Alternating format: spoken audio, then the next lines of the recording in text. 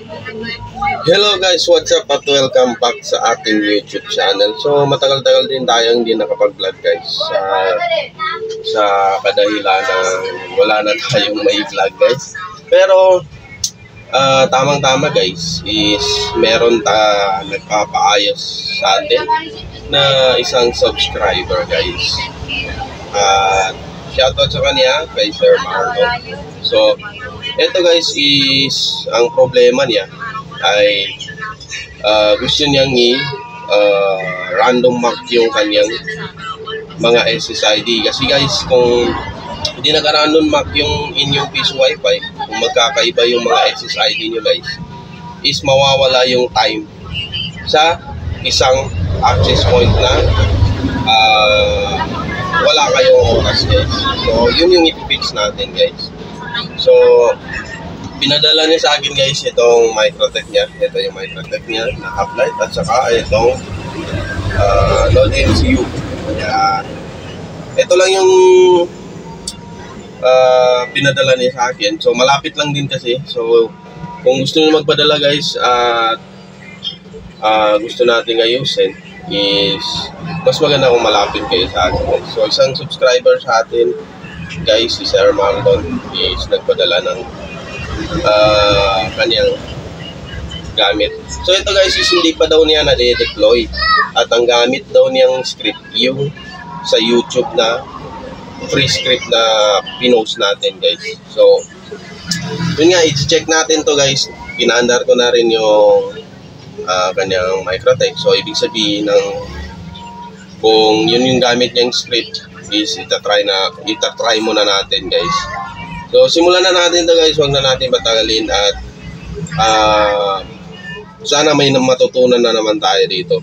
So may video na ako about dito sa fixed random map, pero yung quality ng video guys is hindi masyadong maganda. So lahat naman ng video guys is hindi naman maganda yung quality, pero ito guys sisikapin natin pagandahin at maintindihan nyo guys kung paano ba yung fixed random mark ng 1.5 guys. So yun nga, simulan na natin. Isasaksak ko na itong mga node MCU natin at saka ito, at mag-proceed na tayo sa ating PC guys. So yan guys, dito na tayo sa ating PC guys. Ngayon ay i-open muna natin yung ating Winbox. Yan. Then check nga natin. So ang password nito guys binigay sa akin ng may-ari, which is si Sir Marlon.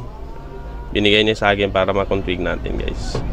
Kasi ready to use na to, pero hindi na na-deploy itong 1.5 niya guys, or yung bendo niya, kasi yun nga yung problema niya guys. So maglalagay daw kasi siya ng iba't ibang SSID. So ang gusto niya multiple access point. So yan. So connect nga natin. Yan. So check nga natin yung interface. So yan guys, ito. So yung gamit niyang script talaga is yung free script natin sa YouTube. So ngayon guys, i-check natin. Punta tayo dito. So wala pala. Siguro naka-hide yung kanyang SSID. So yan, naka-hide guys. Yan, i-unhide muna natin guys. Apply okay para makita natin at makakonect tayo. Yan. Check natin. Ano bang name ng piece wifi niya? Marlon piece wifi. Yan. So ito siya guys. Yan, connect tayo. Check natin. Yan. Type natin 10.0.0.1. So yan, LPB yung kanyang portal. Check natin kung nakabind na ba ito. Baka kasi hindi nakabind. Yan, okay pala. So yan, working guys yung kanyang config. So ang problema lang niya talaga dito is yung fixed random mark. So yan. So sa fixed random mark guys, ite-try natin to mamaya sa cellphone natin. So puntahan muna natin yung wireless guys, kasi gagawa tayo ng dalawang access point na magkaiba. So, gawa lang tayo dito para matry natin guys. Yan, SSID natin is Marlon 2. Ano yan? Marlon Piso Wi-Fi 2. Yan. Then, okay. Para dalawa guys. Then, i-add lang natin sa bridge natin guys. Yan. So, check nga natin kung lumabas yung Piso Wi-Fi Marlon 2. Ayan. Ayan siya guys. Lumabas na siya guys. Yan. So, since na okay na yan, so, ang gagawin natin guys, madali lang. Since na okay na yung kanyang config guys, hindi na natin gagalawin yan. So, pupunta lang tayo dito. May script ako dito on logout on and on login. So, dito guys is ito yung script dati sa 1.5, which is yung hindi pa na-revise yung script na to. So, ito yung galing sa GitHub na kay Sir Ivan, mismo yung script na to. So, dito sa enable random MAC, dapat is 1. Ibig sabihin, naka-enable na yung MAC address natin. Then, dito papalitan natin to guys ng hotspot kasi Hoplite yung gamit natin. Then, i-copy lang natin to guys. Yan. So, hanggang dito, copy. Then, punta tayo dito sa my IP, hotspot. Then, user profile. Papalitan natin ito guys. Yung script niya dito. Yan. Then, sa logout na naman guys. So, ganun pa rin. Tanggalin natin itong flash. Hotspot lang dapat. Then, i-copy natin. Copy. Then, punta tayo dito. So, ito guys is ito yung user profile ng brownout, yung anti-brownout natin. Pero hindi na natin yan gagalawin guys. Hindi natin i-delete. Ito lang yung i-delete natin at i-paste natin yung script. So check nga natin yan. Then apply. Okay. So next step natin, punta tayo dito ulit guys sa default na to, sa user profile. Itong keep a lifetime mount is tatanggalin natin. Tinanggal na pala. So, dapat kasi dyan is naka 2 minutes. Then, dito is none, yung idle timeout. Ganyan yung setup, guys. Then, tatanggalin natin yan, yung dalawa. Then, dito sa share user, guys, is dapat 2. Yan. Then, apply. Okay. So, ganyan lang, guys, yung gagawin natin. Ibig sabihin, goods na yung ating pag-setup dito sa random MAC. Ganun lang yung setup natin guys. Pag natapos nyo guys, ganun lang. Then yung script, i-apply lang natin. Then ngayon guys is itatry na natin sa ating cellphone para sigurado tayo, kasi dalawa na yung SSID natin. So yung Marlon Piso Wi-Fi at saka Marlon Piso Wi-Fi 2. So itatry na natin guys sa ating cellphone para makita nyo. So, ayan guys, dito na tayo sa ating cellphone at itatry na natin yung ating fixed random MAC. So, ang gagawin natin dito guys is, syempre, kukonect tayo muna sa ating SSID ng ating Piso Wi-Fi guys. So, saan yun? Itong Marlon Piso Wi-Fi. So, ayan, connect muna tayo dyan. Ayan, nag-redirect naman guys yung ating Piso Wi-Fi.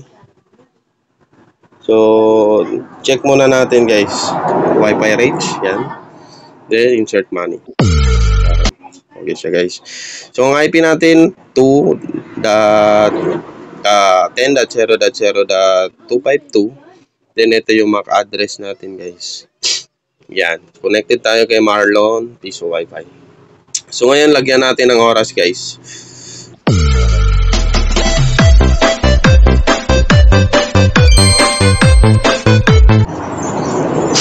So yan guys, connected tayo.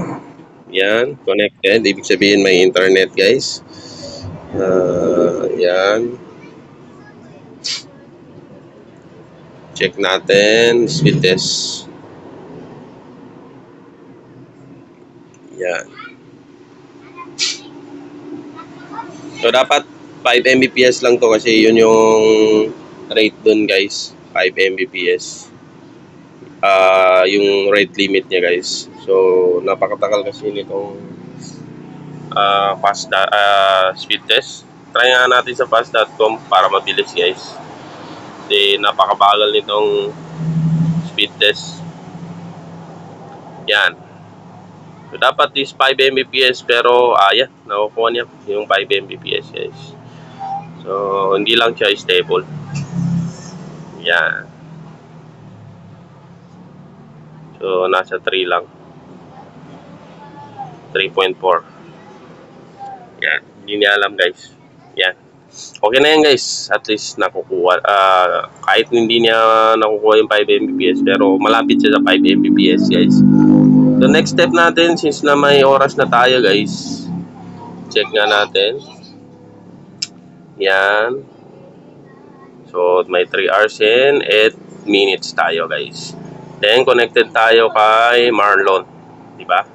So ngayon guys, itatry natin kung magfi-fix random MAC. Dapat pag connect natin kay Marlon Piso Wi-Fi 2 is hindi mawawala yung oras natin.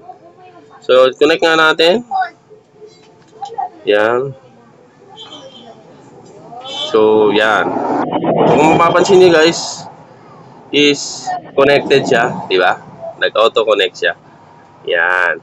Yung time natin, dapat ganun pa rin guys. Then, kung mapapansin niyo guys, is yung 10.0.0, yung IP address natin is naging 251. Then, yung MAC address natin guys is napalitan din. Di ba? Pero, at least, is gumana siya guys. Yan. Check nga natin ulit. Connect tayo ulit sa Piso Wi-Fi or Marlon Piso Wi-Fi. Yan. So dapat magko-connect siya, auto-connect. Kung hindi man guys is i-resume lang natin yung time natin guys. Yan. Diba? Connected. Then check nga natin guys yung time.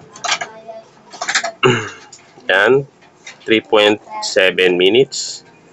Then dito sa Marlon 2.